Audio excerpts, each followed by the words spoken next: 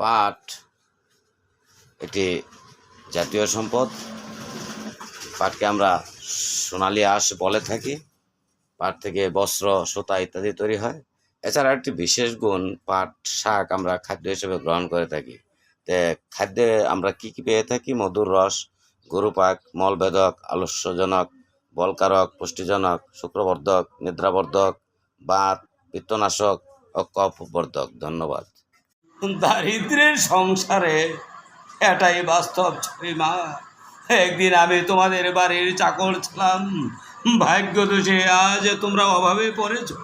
কিন্তু তুমি বিশ্বাস করো মা, আজও আমি তোমাদের মঙ্গল চাই। আমি চাই দীপক, ঝন্টু মানুষের মতো মানুষ হোক। তোমার ঝন্টু 10 জনের একজন হয়ে ওঠো। প্রত্যেক মাই চায় তার ছেলে মানুষ হোক।